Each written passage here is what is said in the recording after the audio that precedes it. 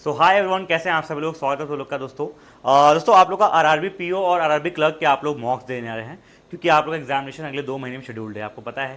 सो दोस्तों ये भी दो प्रॉब्लम आ रही है कि sir RRB PO and RRB clerk के जो हम लोग मॉक्स दे रहे हैं सर उसमें मार्क्स नहीं बढ़ रहे।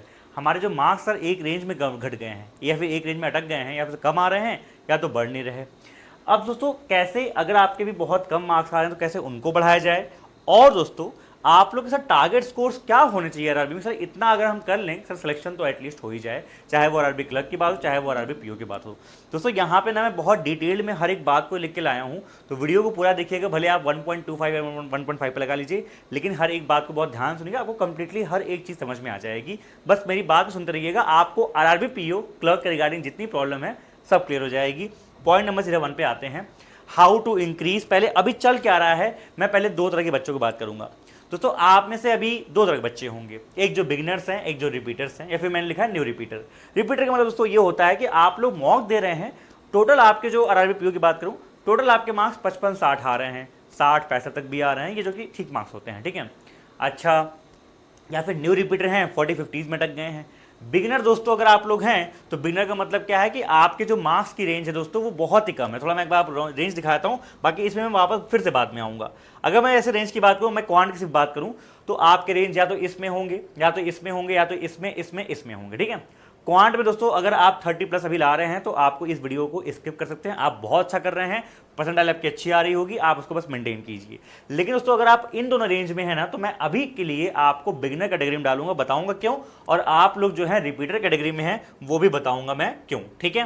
अब दोस्तों वापस आते हैं कि मैंने कहा दोस्तों अगर ओवरऑल 80 में से आरआरबी पीओ की बात करूं, आपके 80 में से बहुत कम मार्क्स आ रहे हैं, 25 आ रहे हैं, 30-35 आ रहे हैं, 40 तक आ रहे हैं। 40 तक तब ठीक है, लेकिन तभी दोस्तों आपका जो 25 से 30 मार्क्स है, 35 मार्क्स हैं, तो सच में ये काफ़ी कम स्कोर्स हैं, इससे आपका सिलेक्शन नहीं होने वाला। तो सर प्रॉब्लम कहाँ आ रही है, मैंने कहा दोस्तों जब आप पेपर लगाते होंगे आपको 80 में से सिर्फ 30-35 क्वेश्चन आप कर पा रहे हैं, या फिर अगर मैं क्वांट की बात करूं तो आप 10-12 नंबर का पेपर कर पा रहे हैं। इसका मतलब दो चीज़ हो सकता है सर, क्या, या तो आपका अभी सिलेबस कंप्लीट नहीं है, सबसे मेरे हो सकता है कि आपका सिलेबस अभी कंप्लीट नहीं है, क्योंकि आप बिगिनर हैं, आप अर्थमेटिक क्वेश्चन देख के समझ भी नहीं पाते हैं। रैंडम सर ने बोला था कि मॉक लगाना, तो आपने मॉक लगा देते हो, आपके वही 8-10 क्वेश्चन जो स्पीड मैथ्स के होते हैं, या फिर एक डीआई कर लेते हो, यही कर पाते हो।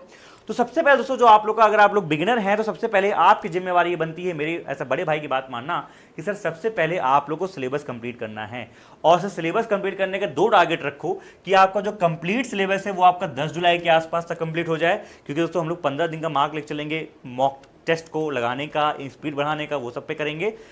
10 जुलाई तक आपका सिलेबस खत्म हो जाना चाहिए एटलीस्ट प्रीलिम्स का, अगर आप बिगिनर हैं तो। या फिर दोस्तों एटलीस्ट मैंने लिखा है कि कम से कम इतना तो कर ही लो कि मई के एंड तक, 25-30 मई तक ये टारगेट रखो कि सर मेरा ये जो तीन चीज है जिसको मैं बोलता हूं दोस्तों कि 70-80% ऑफ सिलेबस कवर करता है, ये तो आप लोग का होना ही चाहिए। जो हमारा आरआरबी वाला बैच चल रहा है दोस्तों, उसमें हम लोग टारगेट ये कर रहे हैं, अगले हफ्ते आपकी डीआई खत्म हो जाएगी तो 25 मई से पहले मैं आप लोग का 70-80% सिलेबस खत्म कर दूंगा, जिसमें तो आप लोग का स्पीड मैथ्स आ रहा होगा, परसेंटेज, रेशियो एंड एवरेज की ये 3 टॉपिक्स हो रहे होंगे, और डीआई दोस्तों आप लोग की जो हर तरह की डीआई आप लोग की होती हैं उसको आप लोग कवर कर लो। अगर दोस्तों आपने इतना कवर कर लिया ना, तब भी आप मॉक लगाने लायक हो चुके, क्योंकि आपका 70-80% सिलेबस खत्म हो चुका है। अब आपके सिर्फ कोर अरिथमेटिक टॉपिक रह गए हैं, जैसे प्रॉफिट लॉस और जो आपके चैप्टर्स होते हैं वो सारे रह गए हैं, उनको आप हल्के हल्के पूरे जून भर में करते रहना। लेकिन दोस्तों अगर आपने ये कर लिया तो फिर आप मॉक में, जो मैं प्रॉब्लम बता रहा हूं कि मॉक में एटलीस्ट आप 20-25 नंबर लाने लायक बन जाओगे। तो पहला काम अगर आप बिगिनर है करना क्या है, आपको सिलेबस खत्म करना है। ये जो 70-80% बता रहा हूं इसको खत्म कर लो मई तक, इसको खत्म कर लेना अपना 10 जुलाई तक, ठीक है। आगे बढ़ते हैं। अब दोस्तों आप जैसे मान लीजिए कि इसमें सर मेरा ये सिलेबस कंप्लीट है सर, लेकिन तब भी मेरे 15-20 मार्क्स आ रहे हैं, या फिर 20-25 में 20-22 मार्क्स आ रहे हैं दोस्तों, तो उसके दो रीजन हो सकते हैं। सर पहला क्या, पहला दोस्तों कि आपने ना, आप हल्का सा नया रिपीटर हो, अभी आपने एसबीआई क्लर्क या फिर कोई एक दो एग्जाम दिया था और फिर आपका एग्जामिनेशन टारगेट कर रहे हो। दोस्तों आपने अपने जो भी नोट्स पढ़े थे, जो भी सिलेबस जहां से समय कंप्लीट किया था, चाहे क्वांट की चाहे रीजनिंग का, आपने उसको ठीक से रिवाइज नहीं कर रखा है। आपकी जिम्मेवारी दोस्तों ये बनती है कि आप उसका कंप्लीट ढंग से रिवीजन करो।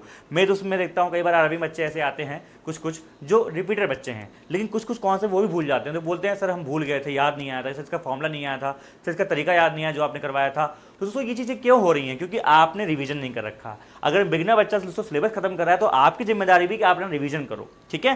एंड दोस्तों आप लोग को एक हैबिट और डालनी पड़ेगी, वो क्या है, मिक्स प्रैक्टिस का। अब दोस्तों आप लोग चैप्टर वाइज प्रैक्टिस चाहे तो कर सकते हैं, लेकिन मैं आपको रेफर करूंगा या फिर सजेस्ट करूंगा कि आप लोग मिक्स प्रैक्टिस भी करिए। अच्छा, अब तो लेकिन दिमाग में डाउट सबके कैसे आता है सर कि रिवीजन करें कैसे सर, सब बोलते हैं टीचर की रिवीजन कर लो रिवीजन कर लो, लेकिन सर कोई बताता नहीं रिवीजन कैसे करना है। तो मैंने कहा मेरी बात ध्यान सुनिए, आपको 2 मिनट समझा दूँ रिवीजन करना कैसे है। दोस्तों आप रिपीटर हैं या फिर आपने कभी भी कुछ आपने नोट्स बना रखा है और आपने सब पढ़ रखा है, तो करना क्या होगा दोस्तों आपको कि आप अपने नोट्स को उठाओ, ध्यान सुनना ठीक है, अपने नोट्स को उठाओ। सबसे पहले दोस्तों आप लोग ये 3 चैप्टर उठाओ, परसेंटेज, रेशियो एंड एवरेज, इन तीनों को उठाओ पहले आप, ठीक है। इनसे करना क्या है, इनसे तो करना क्या है कि आपकी जो वो शीट मिलती है ना, एनोटेटेड वाली शीट जिसमें नोट्स लिखे होते हैं, उसको उठा के दोस्तों आप क्या करो, पहले हर टाइप के क्वेश्चन को देख लो। अच्छा, इलेक्शन वाले क्वेश्चन ये हो गए आपके, ये आपके एक्सपेंडिचर वाले हो गए, जैसे परसेंटेज की मैं बात करूं, इलेक्शन वाले हो गए, एग्जामिनेशन पास वाले हो गए, मैक्सिमम मार्क्स और पासिंग मार्क्स वाले हो गए, वेन डायग्राम बेस्ड हो गए, और आपके पॉपुलेशन वाले क्वेश्चन हो गए। अब ये सब क्वेश्चन हो चुके हैं, इस तरह के ये टाइप हैं आपके, ठीक है, कर लिया। फिर दोस्तों जो आपकी विदाउट एनोटेटेड वाली शीट्स होती है, जो खाली शीट्स होती हैं, प्रैक्टिस शीट हो गई, क्लास शीट्स हो गई, जितनी भी आपके पास शीट्स हैं, जहां से आपने कहीं पढ़ रखा था या फिर कोई किताब जिससे आपने इसको रिवाइज कर रखा था, इस चैप्टर को लगा रखा था, उन तीनों को उठाओ एक एक करके। और दोस्तों क्या करो, आप लोग डेली बैठो 2 घंटा, मान लो आप बैठे और अभी आपकी स्पीड नहीं है, टाइमर के साथ प्रैक्टिस करो। आप रिपीटर हैं और आप एक बार पढ़ चुके हैं और अब आप प्रैक्टिस करेंगे विद टाइमर, तो टाइमर साथ प्रैक्टिस करना है आप लोग को। 2 घंटे में टारगेट करो। अभी आप बिगनर हैं, मान लीजिए 2 घंटे में आप 50 क्वेश्चन कर लेते हैं तो बहुत अच्छी बात है। 2 घंटे में 50 क्वेश्चन कर लिए बहुत बड़ी बात है। ज़्यादा कर ले रहे हैं तो बहुत अच्छा कर रहे हैं, कम कर रहे हैं तो टारगेट करिए कि मैं 40 to 50 कम से कम बना ही लूँ। और दोस्तों इस तरीके से करके स्टार्टिंग के अगले 5-6 दिनों में आप इन तीनों चैप्टर को पहले उड़ाइए। फिर इसी के पैरेलल दोस्तों आप लोग की स्पीड मैथ्स एंड डीआई की डेली प्रैक्टिस चल रही होगी। सर कैसी स्पीड मैथ्स की? मैं कहता हूँ स्पीड मैथ्स की प्रैक्टिस तो आपको पता है, मैं डेली 8 AM पे आपको रैपिड मैथ्स में करा ही रहा हूँ, ये आपकी 8 AM पे चलती है। फिर तो आप लोग को डीआई की बात, तो डीआई आपको डीपीपी मिलती है, रोज 2-3 डीआई मिलती है उसमें, उससे प्रैक्टिस कीजिए। एंड साथ में आपकी 8 PM क्लास में जो मैं डीआई कराता हूँ उनको प्रैक्टिस करते रहिए। तो आपका डीआई एंड स्पीड मैथ्स का प्रैक्टिस तो ऐसे चल रहा है शीट से, और जो मैंने बोला आपका अर्थमेटिक चल रहा है। जब आप इन दोनों चैप्टर को कर लेंगे, ये डेली करने वाली चीज़ें हैं, ध्यान रखिए दोस्तों, ये डेली करने वाली चीज़ें हैं, ये आपके मार्क्स फेचिंग वाली चीज़ें हैं, नंबर ले आएंगी आपको, तो इनको डेली करते रहना है। ये भी करना है, बट यहाँ दोस्तों आपको करना क्या है, पहले ये करके फिर आप जाएंगे कोड अर्थमेटिक पे। इस तरीके से अपना रिवीजन कर लेना पहले, ठीक है। आगे बढ़ते हैं। अब दोस्तों कई बार आप लोग बोलते हैं कि सर मॉक देते हैं, सर अभी कितना मॉक दे, क्या मॉक दे, इसका भी कन्फ्यूजन दूर कर देता हूँ। दोस्तों देखिए मॉक्स की फ्रिक्वेंसी अभी क्या होनी चाहिए, अभी एग्जामिनेशन आपका काफ़ी दूर है, मान लो 2 महीना अगर मानते हैं, तो आप फुल मॉक हफ्ते में सिर्फ दो दोस्तों, क्योंकि आपको एनालाइज करना है, इंप्रूव करना है, जल्दीबाजी नहीं मचानी। कोई रेस नहीं चल रही है मैंने 100 मार्क लगाया, ऐसा कुछ नहीं है। हफ्ते में 2 मॉक दो। एक आपको हमेशा बोलता हूँ, एक लाइव मॉक दिया करो।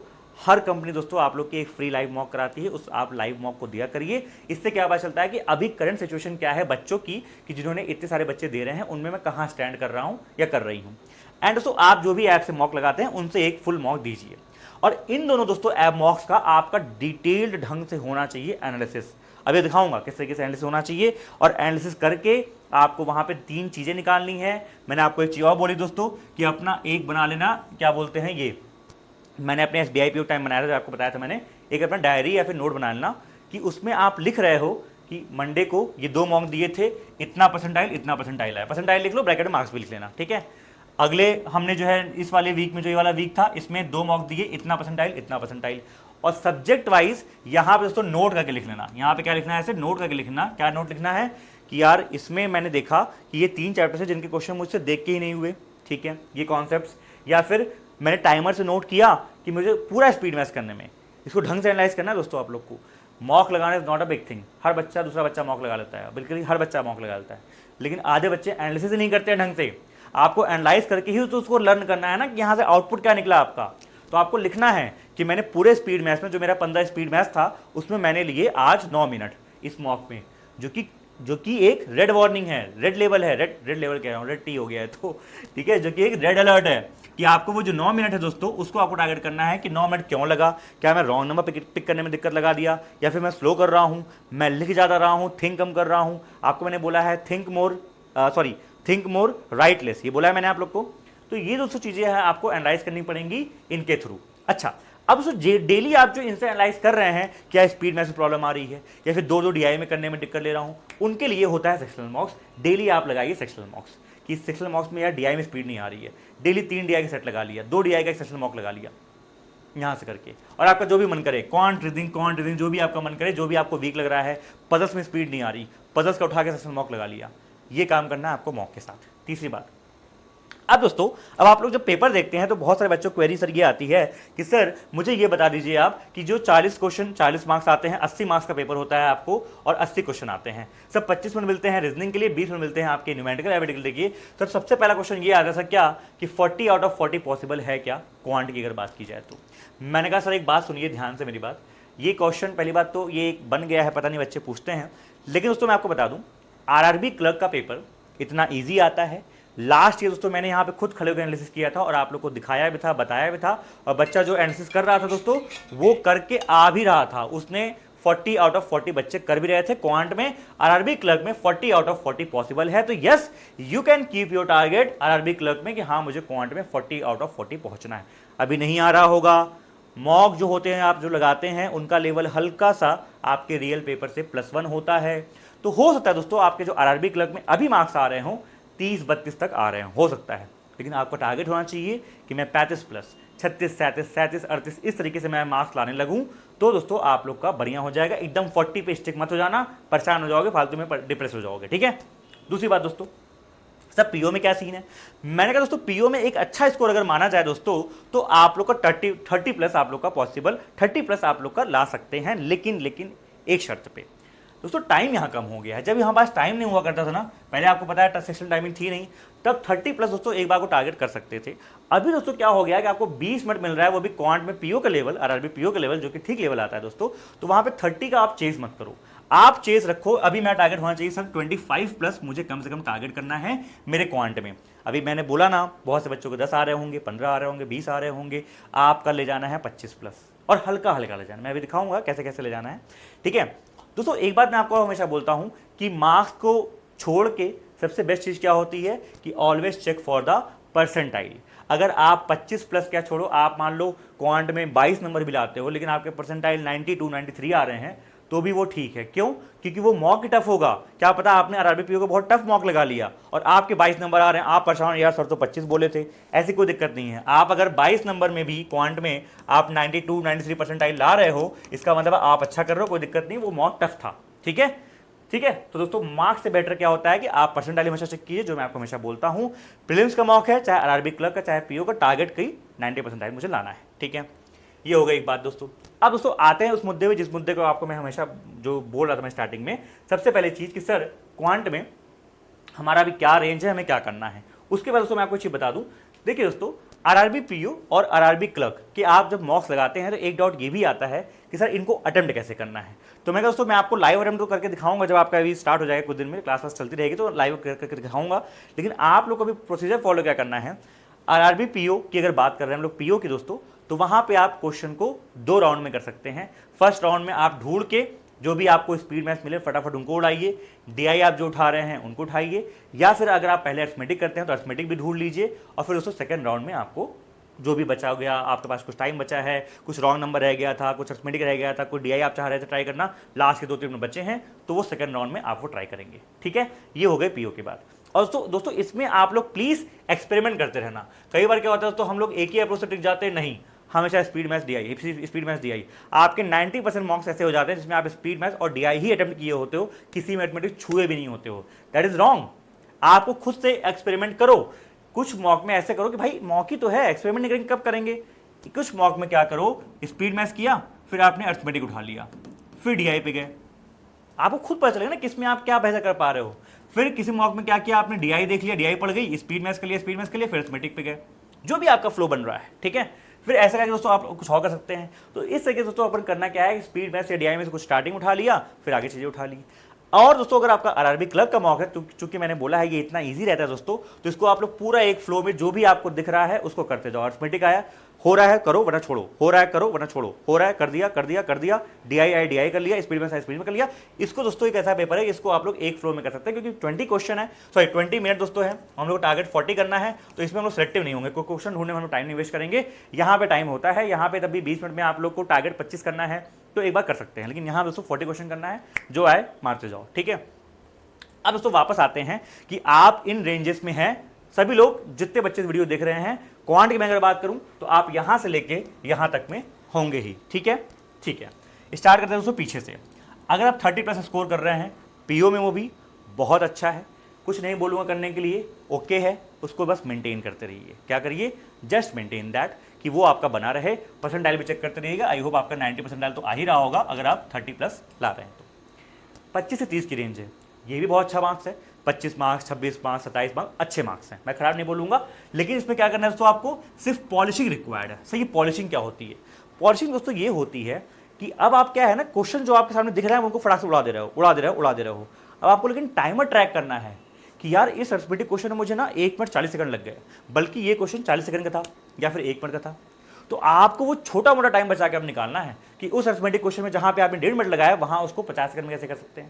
या फिर इस डीआई में टोटल आपने लगाया 6 से 7 मिनट, क्या इसको मैं 5 मिनट के अंदर पूरा बना सकता था, डिकोडिंग से लेकर क्वेश्चन तक। अब आपको छोटी मोटी चीजें दोस्तों यहाँ पे ट्रैक करना पड़ेगा, तब जाके दोस्तों आप 25 से 30 बढ़ पाएंगे। दोस्तों मैं आपको एक बात बता दूं, 10 नंबर से 20 नंबर तक जाना एक ईजी टास्क होता है, लेकिन दोस्तों 25 से 30 जाना ना बहुत डिफिकल्ट काम होता है, क्योंकि आप आ जाते हो यहाँ पे फिनिश लाइन पे, यू जस्ट नीड पॉलिशिंग। ठीक है, अच्छा अब सोच रहे यहाँ पे हम लोग हैं, यहाँ पे हैं, तो मैंने कहा दोस्तों अगर आप 10 से 20 के बीच आपका कोई भी नंबर आ रहा है, 11-12 करते हैं, 15-16 अटेम्प्ट करते हैं आप लोग, ठीक है, 20 चलो तब भी ठीक है, बेटर मानूंगा, लेकिन 10 से 15 या फिर 10 से 18 मार्क्स तक आपके आ रहे हैं, तो दोस्तों आप लोग अभी ये 3 पॉइंट्स में दिक्कत कर रहे हैं, जो कि आपको मैंने स्टार्टिंग में बताया। एक आपका सिलेबस है तो कंप्लीट नहीं होगा सॉरी, या फिर आप स्पीड में से टाइम ज़्यादा ले रहे हो। जैसे मैंने आपको बोला कि आपने कोई स्पीड मैच किया, आपने देखा यार पूरा स्पीड मैच करने में मान लो 14-15 स्पीड मैच आए थे, मुझे यार 9 मिनट लग गए। 9 मिनट तो ज़्यादा है, क्योंकि 9 मिनट में दोस्तों अगर मैं 14-15 स्पीड मैच बना रहा हूँ, इट मीन्स कुछ प्रॉब्लम हो रही है, मैं स्पीड में चीज़ें पैटर्न नहीं पकड़ पा रहा हूँ, या तो मैं अप्रॉक्सीमेशन में हर चीज़ लिख के करता हूँ, या तो मैं कोऑर्डिनेट इक्वेशन में पैटर्न निकालने में टाइम लेता हूँ। क्या प्रॉब्लम होती है ये खुद आप एनालाइज करोगे। ठीक है, तो इसको दोस्तों आपको टारगेट करना है कि कोई बात नहीं, आज 9 मिनट लग रहा है, लेकिन सर को मैं कमेंट करके बता रहा हूँ। अच्छा मुझे आप लोग बताना, मैं बल्कि चाहूंगा आप लोग से, अभी सब लोग मुझे जाने से पहले बस इतना कमेंट कर देना कि सर पूरा स्पीड मैच करने में, अगर पीओ का पेपर है मान लो 13 से 14 जो भी आपकी स्पीड मैच आते हैं, कितना टाइम आप अभी लेते हो? सर मैं इतना टाइम लेता हूँ, x मिनट जो भी है, और सर मैं आपसे लिख के देता हूँ कि सर इसको मैं 6 मिनट तक लेके आने की कोशिश करूंगा, 6 मिनट तक या फिर 6 से मैक्सिमम 7 तक मैं इसको लाने की कोशिश करूंगा। जो भी आपका टाइम अभी है मुझे बताइएगा। ठीक है, फिर दोस्तों आप लोग ये चेक करेंगे कि सर टाइम ज़्यादा लग रहा है डीआई में। अच्छा डीआई में भी एक चीज़ और होती है जो आपको बता दूं, ध्यान रखिएगा। कई बार दोस्तों क्या होता है, हमने डीआई बनाई और उस डीआई में 6 क्वेश्चन थे, ध्यान सुनना, 5 क्वेश्चन छोटे मोटे थे, डिफरेंस, एवरेज, सम, परसेंटेज, मोर लेस देन, ये होता। एक क्वेश्चन बहुत लेंथी था दोस्तों, हमने क्या किया, उस एक क्वेश्चन करने में ही 2 मिनट लगा दिया। अब एक बात बताओ, उस एक क्वेश्चन दोस्तों जो आपने 2 मिनट लगाया, उस 2 मिनट की वैल्यू आपको पता है? उसमें हम शायद 3 अरिथमेटिक क्वेश्चन कर सकते थे, या फिर कुछ और डीआई छोटी और डिकोड कर सकते थे, छोटी केसें ट्राई कर सकते थे, एटलीस्ट आधी डिकोड हो जाती। दोस्तों ये वाली चीज़ आप लोग कई बार स्किप कर सकते हैं। कई लोग आपको बोलेंगे दोस्तों ये बहुत कॉन्ट्रास्टिंग बात मैं बोल रहा हूँ, बहुत से टीचर आपको बोलेंगे अरे नहीं डीआई डिकोड किया तो क्वेश्चन तो बनाओ ना। दोस्तों मेरा यहाँ पे उल्टा ओपिनियन है, मैं ऐसे करता भी था और मैं स्कोर करता था। क्या करता था मैं, कि अगर कोई बहुत बड़ा क्वेश्चन है उसको छोड़ देता था, बाद में एंड में अगर टाइम बच गया, 50 सेकंड 1 मिनट बच गया तो आगे ट्राई करता था, वरना उसको छोड़ा रहता तो कोई दिक्कत की बात नहीं है। एक डीआई से मैंने 5 नंबर निकालिए ना, बहुत है, 4 नंबर निकालिए, बहुत है, कोई दिक्कत नहीं। ठीक है, एंड दोस्तों आप लोग क्या गलती कर रहे होंगे अगर आप इस रेंज में होंगे, कि you are not visiting the arithmetic. And ये दोस्तों आप लोगों की प्रॉब्लम यहाँ वालों की भी है कि 15 से 20, 20 से 25 जो आप ला रहे हैं, अभी आपके जो मैक्सिमम स्कोर आ रहे होंगे स्पीड मैथ्स एंड डीआई के दम पे, you guys are not visiting arithmetic. इसलिए बोला मैंने क्या, do experiments. What? Do experiments. ठीक है, ये दोस्तों थी पूरी कहानी जो मेरे दिल में, पूरे दिमाग में था कि मुझे क्या क्या चीज़ें आपको बतानी है, क्या क्या हर एक छोटी मोटी चीज़ आपकी हेल्प कर सकती है। I told you about this. I hope दोस्तों आप इसको अप्लाई करेंगे। बाकी आप लोग से मिलते हैं क्लासेस में, आपको पता है क्लासेस चल रही हैं डेली हमारी 8 AM पे आपको रैपिड मैथ्स ज्वाइन करना है, ये यूट्यूब पे होता है रैपिड मैथ्स स्पीड मैथ्स के लिए। 8 PM पे दोस्तों आप लोग की कौन सी क्लास होती है, अरिथमेटिक प्लस डीआई की, ये भी आपकी होती हैं यूट्यूब पे। और 6 PM पे आपका यहाँ पे बैच चल रहा है जो आपकी लाइव क्लास होती है RRB PO and RRB clerk 2025 की। ठीक है, जिन्होंने एनरोल नहीं किया आप लोग चाहें तो इसमें एनरोल कर सकते हैं। ये हमारा यूट्यूब चैनल है, ये हमारी वेबसाइट दोस्तों है, यहाँ पे आप जाएंगे, लॉग इन करके जाएंगे पेड कोर्सेस में, तो दोस्तों आपको ये बैच दिखेगा। इसमें आप चाहेंगे हमारा अकेला लाइव बैच है, एनरोल कर सकते हैं। बाकी बहुत सारे आपके दोस्तों यहाँ पे रिकॉर्डेड बैचेस भी हैं, आप उनको भी देख सकते हैं। बाकी अगर सब्सक्रिप्शन में अभी तक नहीं एनरोल किया, सब्सक्रिप्शन ले लीजिए, तो आपको 1 साल तक जितने सारे हमारे बैचेस हैं उन सारे बैचेस का आपको एक्सेस एक साथ एक जगह मिल जाएगा। लगभग इसमें आपके 14-15 बैचेस आएंगे, वो सब मिल जाएंगे आप लोग को। टेक केयर, ख्याल रखिए। जाने से पहले बताइएगा ये वीडियो आपके लिए हेल्पफुल था, और सभी लोगों से शेयर कर दीजिएगा, सेशन को लाइक कर दीजिएगा, एंड बताइएगा अभी स्कोर कितना आ रहा है और टारगेट कितना आप करने वाले हैं। जय हिंद, ख्याल रखिए।